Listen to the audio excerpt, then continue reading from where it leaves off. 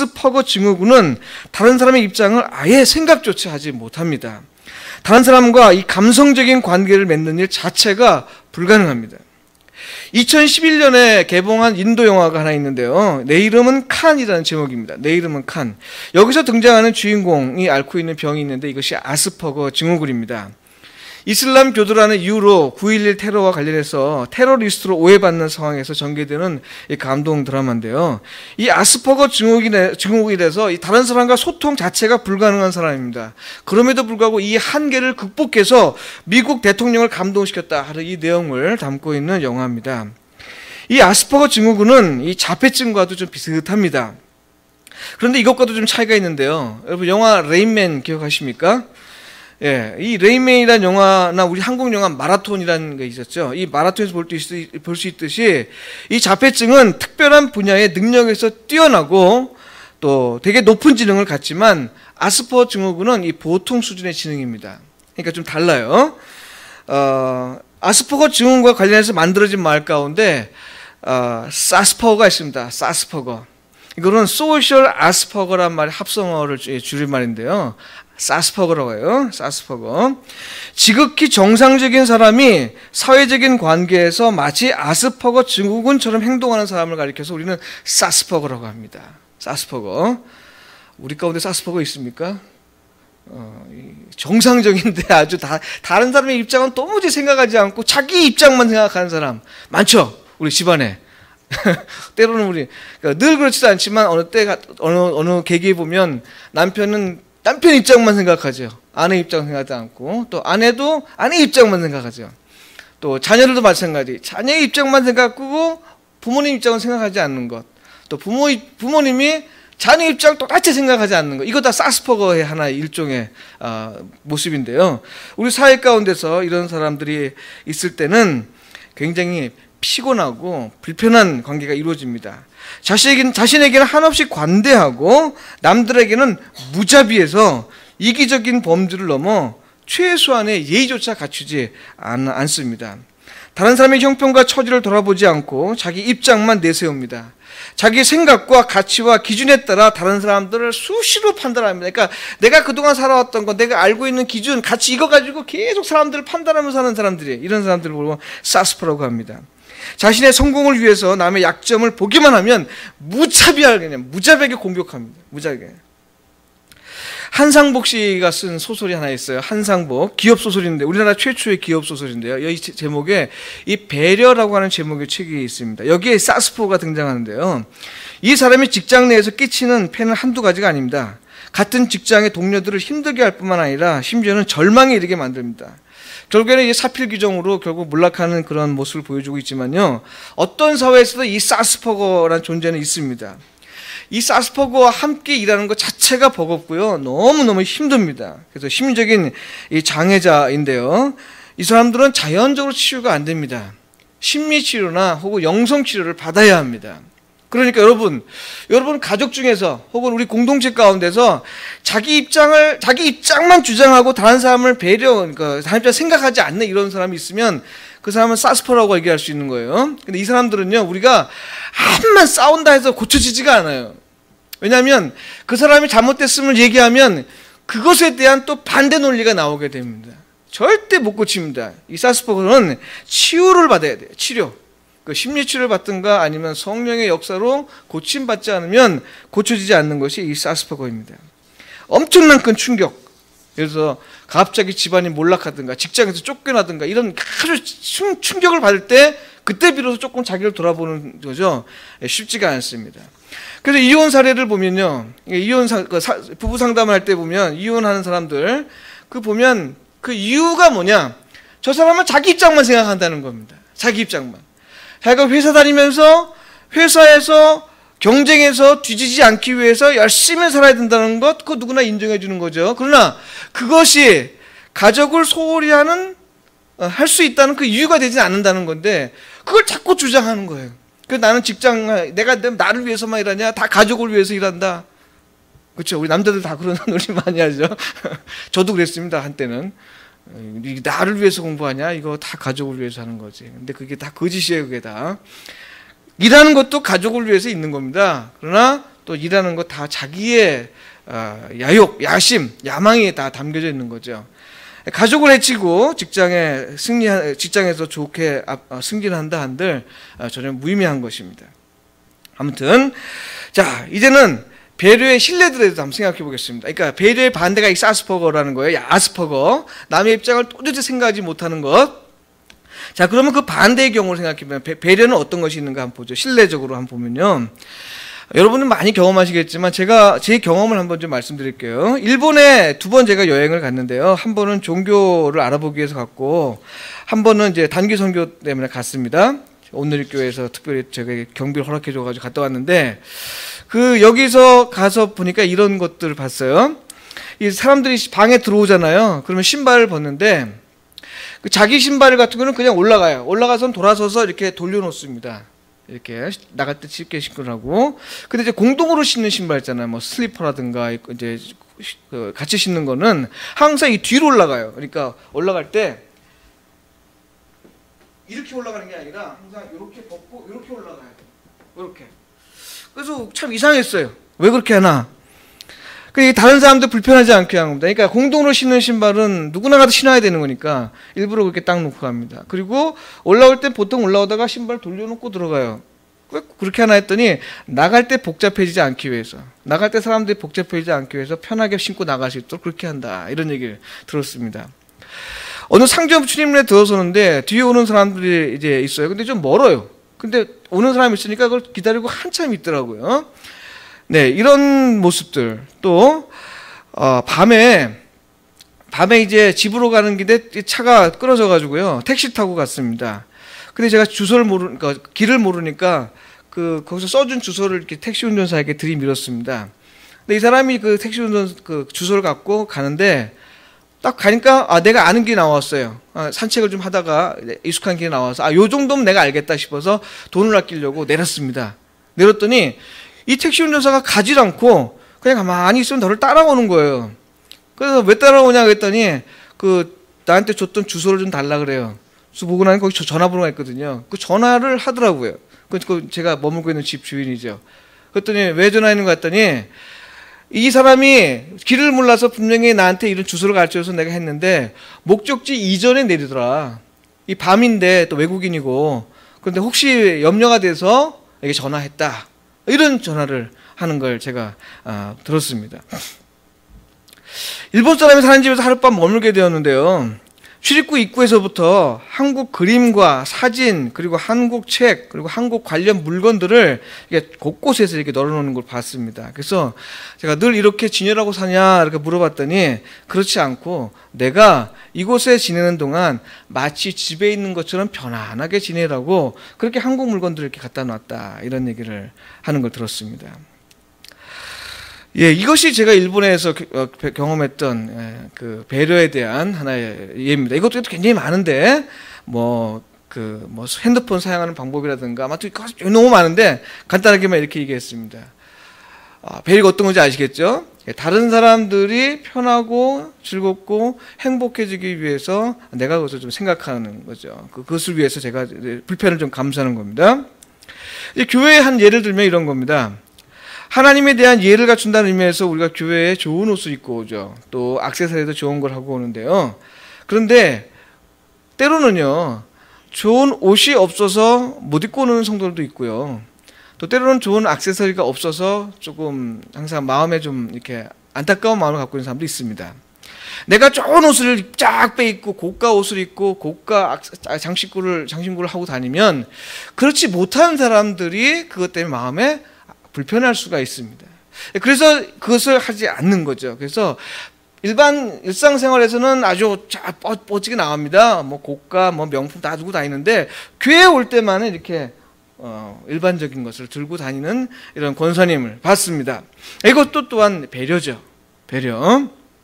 다른 우리 성도들에 대한 배려입니다. 다시 말해서 이 배려라는 것은 다른 사람들의 행복과 기쁨을 위해서 불편함을 스스로 감수하는 태도입니다. 대개는 친절한 행동으로 우리가 이해되는데요. 정확히 말하자면 친절한 행동을 가능하게 하는 마음 씀씀입니다. 그러니까 친절한 행동을 가능하게 만드는 거죠.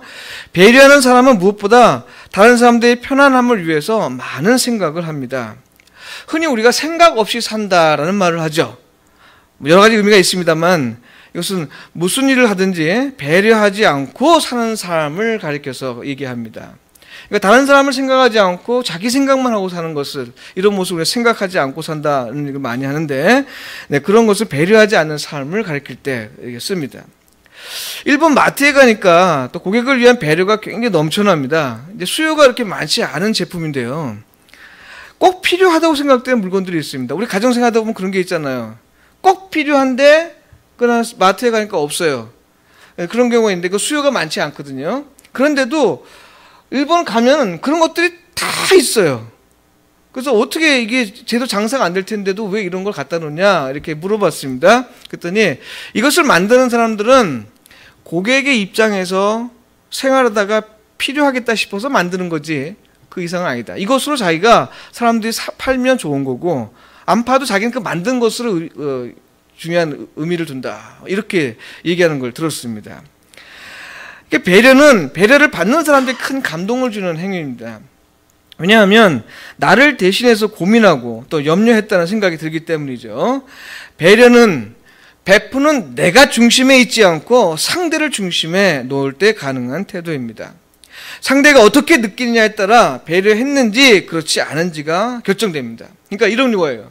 나는 상대방을 위해서 뭔가를 많이 했는데 상대방은 영 불편해. 이건 배려가 아닙니다.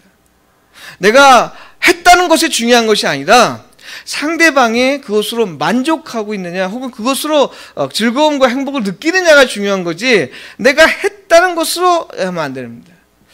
이 부부싸움이나 아니면 그 관계에서 싸울 때 가장 흔히 벌어지는 게 이런 거죠.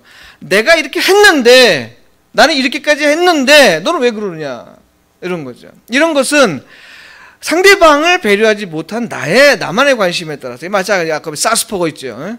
나를 관심에 입장을 나를 중심에 두고 행동하는 그 결과 그렇게 나타나는 겁니다. 그러니까 우리가 이 남녀 관계에서 그 부부 관계에서 특별히 여기 뭐 젊은 사람들이 별로 없어서 이렇게 그 나이 드시면 다 적응이 돼가지고 다 이게 뭐 됩니다만 젊을 때는 항상 그런 게 있습니다. 우리 오윤수사님 알겠죠? 예.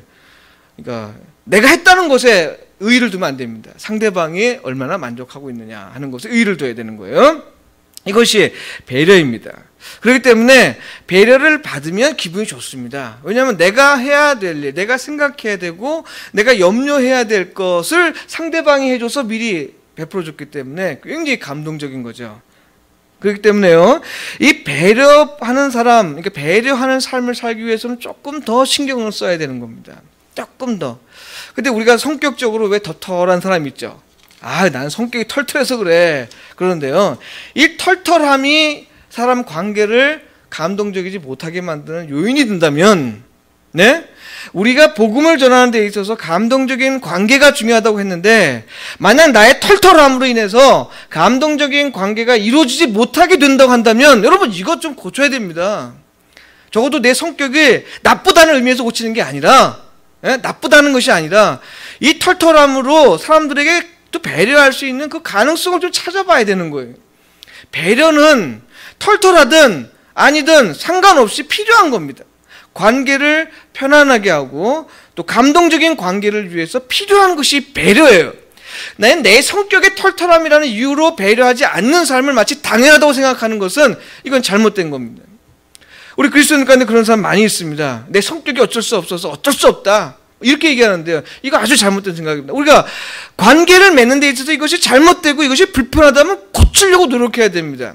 근데 이것이 잘못됐다는 판단 때문에 그런 건 아니에요. 하나님 앞에서 그거는 해결될 문제고, 문제는 뭐냐면 상대방의 관계 속에서 감동적인 관계를 통해 우리가 복음을 잘 전할 수 있기 위해서 또 하나님의 사랑에 서로 잘 소통할 수 있기 위해서 필요하다면 그렇게 고쳐야 된다 이 말이죠. 고쳐야 된다.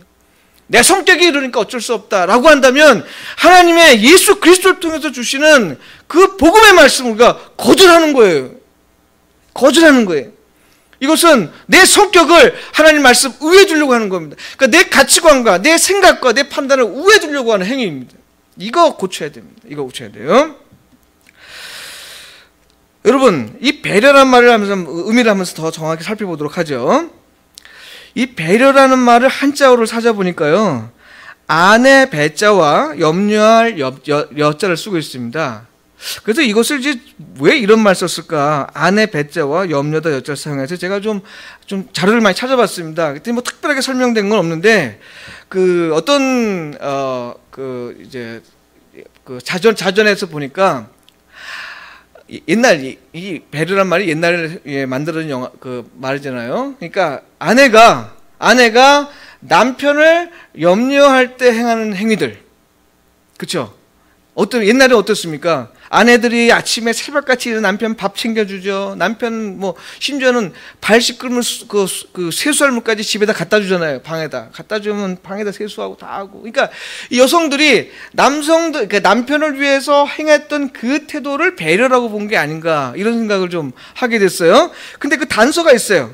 그 뭐냐, 우렁각시예요. 우렁각시 이야기 아시죠? 예, 우렁각시 얘기가 이렇습니다. 한 농부가 농사를 지으며 살고 있었는데요. 어느 날 집으로 돌아오면서 이 주먹만한 이 우렁이를 하나 주워다가 자기 집에 물이 담긴 항아리에 이렇게 넣었습니다.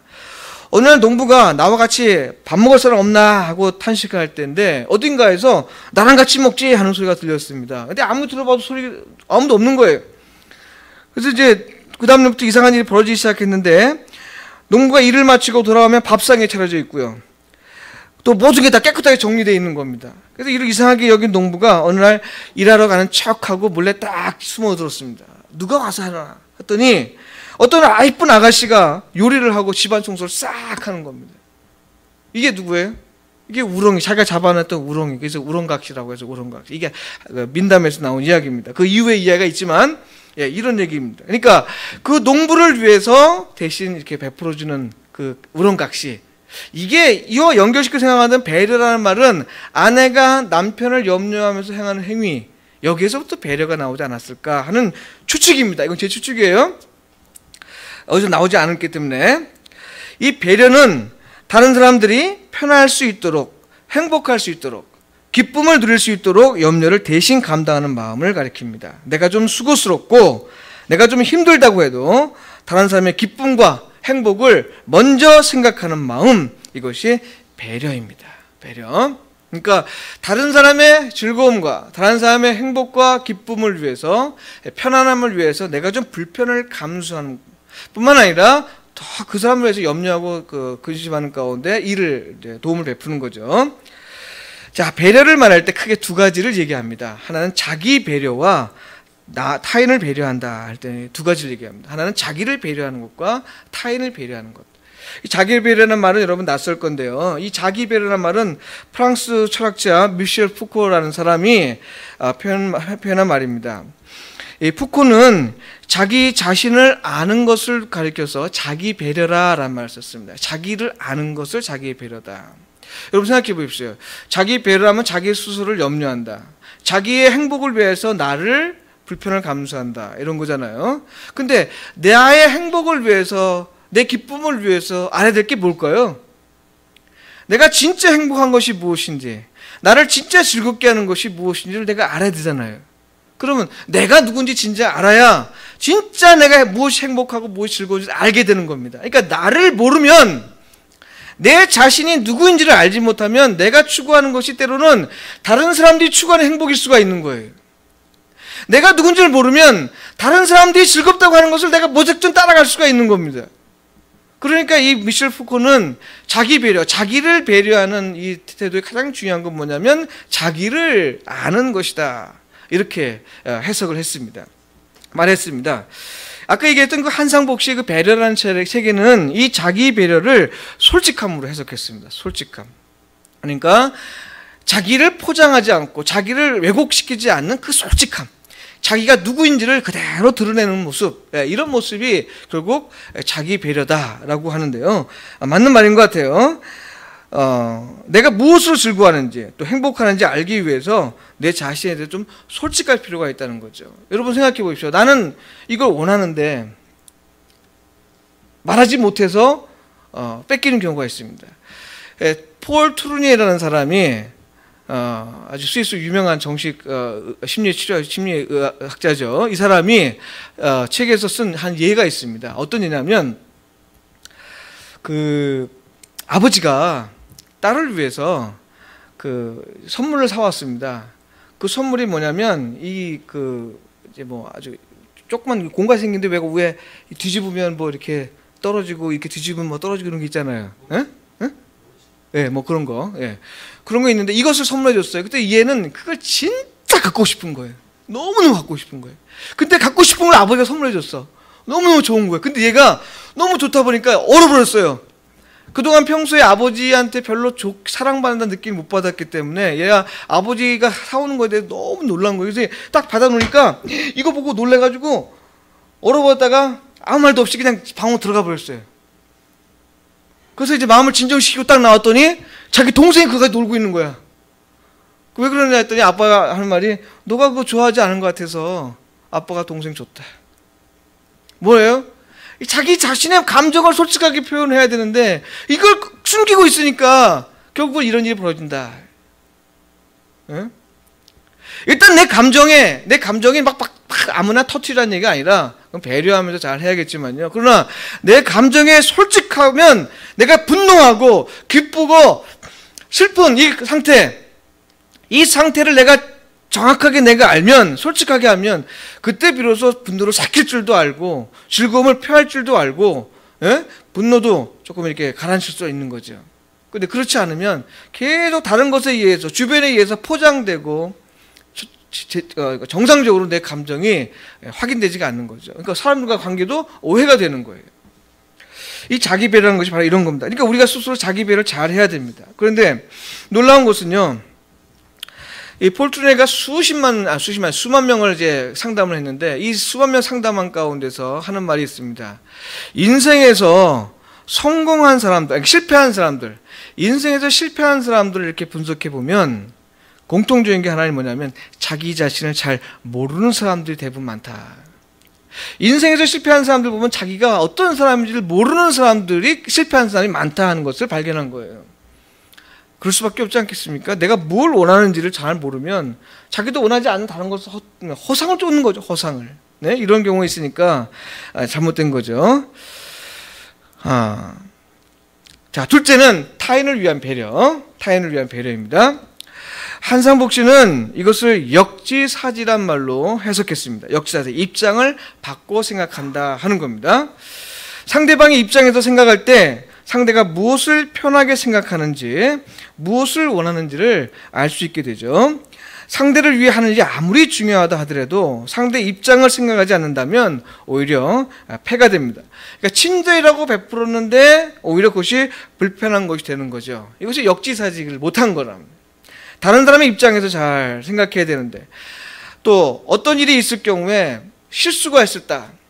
그러면 실수하면 막 화를 내잖아요. 화를. 근데 한번 입장을 바꿔서 생각해 보면 그 사람의 입장에서는 그럴 수 있겠다라는 생각을 할 수 있게 됩니다. 근데 이게 터지고 나서 그때 우리 나중에 돌아보면서 그래? 그래서 화내서 미안하다 이렇게 얘기하는데, 그렇게 하기 전에 먼저 한번 그런 역지사지를 하면, 입장을 바꿔놓고 생각하면 그렇게 될 수 있다는 거예요. 그러니까 이 타인을 위한 배려, 역지사지는 바로 상대방의 입장에서 한번 생각해 보는 태도, 네, 그런 것이 배려다, 타인을 위한 배려다, 이렇게 이야기를 했습니다.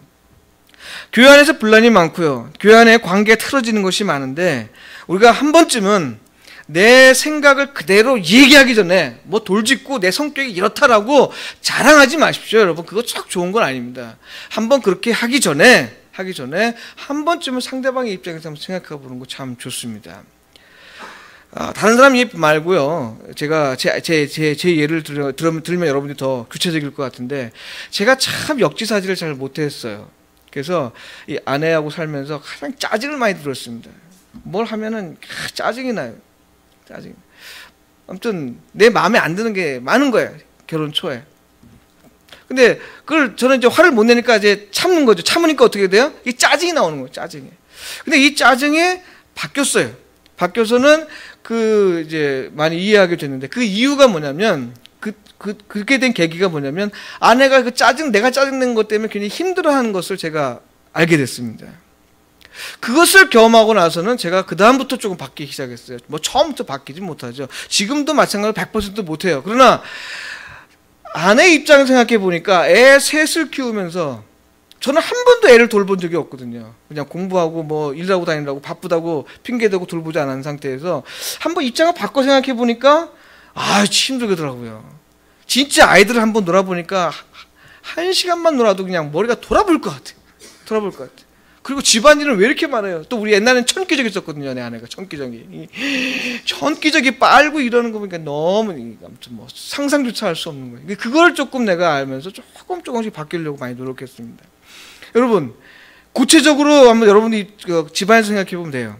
아내는 남편의 입장에서, 남편은 아내의 입장에서 조금만 생각하면 얼마든지 우리가 조화롭게 살 수가 있습니다. 그런데 남편은 아내의 입장을 절대 생각을 못합니다. 남자와 여자는 화성과 금성에서 온 사람들이에요. 다른 행성에서 만난 사람이 부부입니다. 부부. 예? 그러니까 얼마나 서로를 모르겠어요. 그러니까 역지사지가 부부지간은 쉽지가 않아요. 그러니까 영원한 평행선이야. 그러나 그럼에도 불구하고 우리가 예수를 믿는다고 한다면 조금은 더 노력해 볼 필요가 있다. 그래서 상대방 입장에서 바꿔. 그러니까 화를 내기 전에 저 사람의 입장에서 왜 저랬을까? 왜 저런 행동을 했을까를 한 번만 더 생각하고 가보세요. 한 번만. 네? 한 번만. 그러면 비난할 것도요. 조금은 한번 참을 수 있습니다. 비난할 거. 자, 그러면 이제 성경에서는 배려를 어떻게 이해하는지 한번 써봅시다. 성경. 이제 지금까지 배려에 대해서 봤습니다. 자기를 위한 배려, 타인을 위한 배려. 성경에서 배려라는 말은 오늘 우리가 읽은 열왕기하 4장 13절 딱 한 군데 나옵니다. 이 배려라는 언어가 딱 한 군데 나오는데요. 사실 이 언어는 우리 한국말로 번역이 이렇게 했지만 다른 언어는 많이 다 사용됐어요. 그러나 배려 딱 한 군데 나오는데 이것은 그냥 세심한 섬김의 의미입니다. 세심하게 섬긴다 하는 건 표현인데요. 이 노부부에게 배려를 받은 엘리야는 그들에게 축복해 주어서 그토록 원했던 아들을 얻게 해줍니다. 아들을. 엘리야를 섬겼던 이 사람에게 축복해서 이제 아들을 얻게 해주는데요. 여러분 이게 어떤 경우냐면 열왕기하 이 부분은 이미 노인입니다. 노인. 마치 아브라함과 사라처럼 이미 생산할 수가 없는 상태에 있는 사람이에요. 근데 엘리야가 축복해 줌으로 아들을 낳은 거예요. 그러니까 이게 뭡니까? 바로 이 배려라고 하는 사건은, 배려는 다른 사람을 세심하게 돌보는 이 배려는 기적을 낳을 수 있다. 기적을. 여러분 아까 제가 처음에 말씀드렸습니다만 이 배려를 통해서 관계가 회복되는 사람이 너무너무 많습니다. 저도 마찬가지입니다만 증거들이 너무너무 많아요. 뭐 가정의 관계가 회복되는 것은 물론이고요. 회사의 관계도 회복되고 사람과의 사람의 관계도 회복되는 경우가 너무너무 많습니다. 이 배려는 이 엘리야의 사건을 통해서 볼 수 있듯이 바로 기적을 낳을 수 있는 그런 사건이다. 생각지도 못한 일들을 경험하게 하게 하고요. 또 생각지도 못한 일을 그런 경험하게 하는 일들이 바로 배려라는 사건을 통해서 일어났음을 여기서 보여주고 있습니다. 여러분 배려라는 표현이 딱 한 군데밖에 나오지 않았다고 해서 성경이 배려에 대해서 좀 무시한 것은 아닙니다. 우리가 오늘 지금 읽은 산상수훈에 나오는 황금률, 마태복음 7장 2절, 그 다음에 빌립보서 2장의 말씀은 배려와 관련해서 아주 가장 적합한 구절이라고 생각하는데요. 배려를 가능하게 조건은 무엇인가? 라고 묻는다면 또 그 대답을 성경에서 찾는다면 내가 대접받기를 원하는 대로 남을 대접하라 하는 말씀과 남을 나보다 더 낮게 여기라 하는 말씀에 비결이 있습니다. 제 개인적으로는요, 공동체를 위해서 매우 중요한 덕목으로 이 두 구절을 제가 생각하고 있는데요. 관계에서 누구를 욕하고 비난하는 일을 가만히 들여다보세요. 여러분 한번 생각해 보세요. 여러분이 누군가를 욕하고 비난한 적 있잖아요. 인간이라면 다 하는 겁니다. 여러분 개콘 요즘에 안 보는데 우연히 한번 보게 됐습니다. 개콘에 보면 이게 레디비라는 코너가 있어요. 혹시 아십니까? 레디비라는 그 팝송 가사를 이제 개사해서 부르는 건데 직장인들의 그 애환을 이렇게 두고 부르는 겁니다. 거기서 이런 얘기가 나와요. 이 직장 스트레스를 가장 잘 푸는 방법이 뭐냐? 술도 아니다. 뭐 아무것도 아니다. 가장 잘 푸는 방법이 이 뒷담화를 합니다. 뒷담화. 그 나를 힘들게 했던 그 상사를 그냥 씹는 거예요. 씹고 도마 위에 올려놓고 난도질 하고 막 이렇게 할 때 스트레스가 확 풀린다는 거예요. 가장 잘 풀린다는 겁니다. 직장 상사이신 분들은 지금 씹히고 있다는 걸 기억하시면 생각하시죠. 그게 스트레스가 잘 풀린다는 거예요. 그러니까 우리 인간은요, 남을 씹을 때, 남을 비난하고 욕할 때 가장 스트레스가 잘 풀립니다. 그래서 정신 건강에도 좋기 때문에 이것이, 그래서 강박관념 또 우울증에 걸리는 사람들한테 어떤 얘기가 하냐면, 너를 힘들게 하는 사람을 마구 욕하라. 사람들한테 그렇게 얘기하는 사람들도 있습니다. 그럴 정도로 이 뒷담화가 사람의 마음을 확 해방시켜주는 그런 효과가 좀 있습니다. 아무튼 여러분 한번 생각해 보세요. 여러분이 누군가를 욕하고 비난한 적 있잖아요. 저도 있습니다. 그런데 바로 그런 순간에 여러분 왜 이런 일이 생길까요? 한번 생각해 보세요. 보면 나보다 내 생각과 저 사람의 생각을 비교해보면 내 생각이 더 옳다는 거예요. 근데 저 사람이 쓸데없이 이런 생각을 얘기한다는 거예요. 그래서 짜증나는 거예요. 그 다음에 내가 행동하는 것이 저 사람보다 더 나은데 저 사람이 자꾸 나에게 이런 행동을 요구하는, 강요하는 겁니다. 그래서 짜증이 나는 거예요. 내가 생각하는 가치관은 이건데 저 사람은 이런 가치를 자꾸 나에게 강요하는 거예요. 그래서 짜증이 나는 겁니다. 그래서 막 스트레스가 쌓이는 거죠. 그러니까 내가 가지고 있는 것보다 더 못하다고 생각하기 때문에 욕하고 비난하는 겁니다. 예? 대부분이 다 그래요. 그런데 만약에 그 반대로 생각할 때 나보다 저 사람이 더 낫다고 생각하면 그 사람 말하는 거 가지고 그래? 나보다 더 나은데 한번 또 생각해 보는 거죠. 저건 무슨 의미일까? 내가 미처 생각하지 못한 것이 있을까? 내가 미처 생각에 이르지 못한 그 어떤 심오한 진리를 가지고 저런 말을 했을까? 이렇게 한번 생각해 보면 아까 말한 대로 역지사지, 한 번쯤은 입장 바꿔 생각해 볼 수 있는 거거든요. 한 박자 느리게 반응할 수가 있는 거예요. 그런데 우리는 그렇지 못하는 겁니다. 나보다 남을 더 낮게 여기는 것이 아니라 내가 더 낫다고 보니까 자꾸 비난이 되고 욕이 되고 하는 거죠. 또 성경에 보면 예수님께서 말씀하시죠. 남에게 대접받기를 원하는 대로 남을 대접해라. 내가 상대방에게 대접받고 싶은 대로 그대로 남을 대접해라. 이거 배려의 아주 중요한 원리죠. 원칙입니다. 이런 일을 행할 때 우리가 배려를 하게 되는 거죠. 그런데 여러분, 이 바울이 나보다 남을 더 낫게 여긴다 하는 이 마음을 예수의 마음이라고 표현합니다. 예수의 마음. 그러니까 하나님이 그 천상의 보좌에서 그 영광을 버리시고 이 땅에 내려오셨는데 그때 가졌던 그 예수의 마음이 무엇이었느냐? 그 하나님의 보좌 이 영광을 누리는 것보다 이 세상을 구하는 이 십자가 희생을 지는 이것을 더 좋게 생각했다. 이겁니다. 얼마나 귀한 것입니까? 네. 하늘의 영광이 있는 것보다 세상에 오셔서 있는 것이 더 큰 가치를 갖고 있다 하는 건데요. 바로 이런 결단, 나보다 남을 더 낫게 여기는 마음에서 비롯한 것이다. 이렇게 보았습니다. 사랑하는 성도 여러분, 세상에서 가장 감동적인 이야기는 무엇입니까? 예수 그리스도의 십자가 이야기입니다. 세상에서 가장 감동적인 관계는 무엇입니까? 예수를 통해 이루어진 하나님과 우리의 관계입니다. 이런 감동을 가능했던 태도가 무엇이었냐? 나보다 남을 더 낫게 여긴다. 여러분 한번 따라해 봅시다. 저를 보세요. 나보다 남을 더 낫게 여긴다. 그러니까 나보다 남을 더 낫게 여긴다. 이거 우리 인사합시다. 이걸로 인사합시다. 저는 제가 내 인생이 바뀐 계기가 몇 개가 있었는데요. 그 중에 한 가지가 바로 이겁니다. 제가 아주 다른 사람 엄청 비판을 많이 했던 사람이거든요. 제가 아주 제 눈 보십시오. 얼마나 그냥 부리부리하잖아요. 그 눈으로 그냥 우리 권사님이 웃으시네. 근데요, 제가 맨날 사서 껌껌 사람들 비판하고 다녔는데 대학 졸업하면서 또 독일에 있으면서 한번 큰 얻어맞았어요. 그리고 나서는 제가 좀 바뀌기 시작했는데요. 그 바뀌면서 가장 그 중요한 계기가 뭐냐면 나보다 남을 더 낫게 여기는 거죠. 이것이 내 마음에 확 왔을 때 그때 비로소 제가 다른 사람의 이야기를 굉장히 소중하게 듣게 됐습니다. 다른 사람의 얘기를 나보다 더 나은 사람이니까 한 번 더 귀를 들이고 더 듣고 그리고 판단하기보다는 물어보는 겁니다. 그 말을 했는데 내가 기분이 나쁜데 너가 말할 의도는 뭐냐? 너가 감히 나한테 이런 얘기해? 이런 게 아니라 그런 얘기를 왜 했을까 궁금한데 한번 좀 말해줄 수 있겠느냐 하니까 관계가 너무 잘 풀어지는 거예요. 너무 잘 풀어지는 거예요. 사랑하는 성도 여러분, 배려는 기적을 낳습니다. 배려는 모두가 함께 살기 위해 정말 좋은 방법입니다.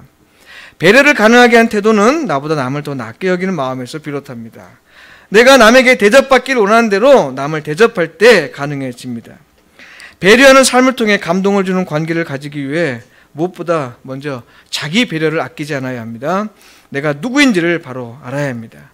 나 자신에 대해서 솔직해야 되는 것이죠. 그것 또한 다른 사람의 입장에 서서 역지사지의 삶을 살려고 노력하는 것이 필요합니다. 자, 마지막으로 여러분에게 하나 일화를 좀 말씀드리고 예화를 말씀드리고 마치겠습니다. 바바 하리다스라는 사람이 쓴 글인데요. 글 중에 나오는 건데 이 사람은 사실 기독교인은 아니고요. 누이 정도의 그런 글을 많이 쓰는 사람인데 그 예화가 참 감동적인 게 있습니다. 앞을 못 보는 사람이 밤에 물동이를 머리에 이고 한 손에는 등불을 들고 길을 걸었습니다. 그와 마주친 사람이 물었습니다. 정말 어리석군요. 당신은 앞을 보지도 못하면서 왜 등불을 들고 다니십니까? 그가 말합니다. 당신이 나와 부딪히지 않게 하려고요. 이 등불은 나를 위한 것이 아니라 당신을 위한 것입니다. 네, 소경이니까 안 보이니까 불을 켜나 안 켜나 아무 상관이 없지만 다른 사람들이 나를 부닥칠 것 같으니까 불을 켜고 다닌다. 탈무드 중에 나온 일화입니다. 한밤중에 어떤 단체에 예기치 않은 문제가 생겼습니다. 회원들은 급히 다음날 아침 6시에 긴급 회의를 소집해 문제를 해결하기로 했습니다. 아침입니다. 회의실에 모였을 때 회원은 6사람이 초대됐는데 7사람이었습니다. 아무도 부르지 않은 한 사람이 온 것이죠. 회장은 그들 중에 누가 불청객인지 알 수 없었고요. 회장이 말합니다. 여기에 나오지 말아야 할 사람은 당장 돌아가시오. 그러자 그들 중에서 가장 유능하고 또 가장 필요한 사람이 나가버렸습니다. 그는 부름을 받지 않은 채 잘못 알고 나온 7번째 사람에게 굴욕감을 주지 않기 위해서 자기 스스로 나가버린 것입니다. 여러분, 이것이 배려입니다. 이것이 배려입니다. 다른 사람들의 편함과 다른 사람들의 기쁨과 다른 사람들의 행복을 위해서 비록 내가 손해보는 일이다 하더라도 내가 한 번쯤은 물러나는 것, 또 그 사람을 위해서 한 번쯤 더 신경 써서 그 사람을 위해서 도움을 베푸는 것, 이것이 배려입니다. 사랑하는 성도 여러분, 그동안 여러분 삶 가운데서 여러분 짜증나게 하는 사람이 있습니까? 여러분은 이해가 되지 않는 사람이 있습니까? 저 사람하고는 같이 못 있겠다라고 하는 사람이 있습니까? 한 번쯤 배려하는 마음으로 살아보십시오. 그리고 우리가 지금 계속 전도에 대해 얘기하고 있습니다. 여러분 그 한 사람 계속 기도하고 있습니까? 여러분 마음속에 품은 그 한 사람을 위해서 여러분 한번 배려하는 삶을 한 주간 한번 살아보시기 바랍니다. 그 사람이 많은 것이 바뀔 거라고 생각이 되는데요.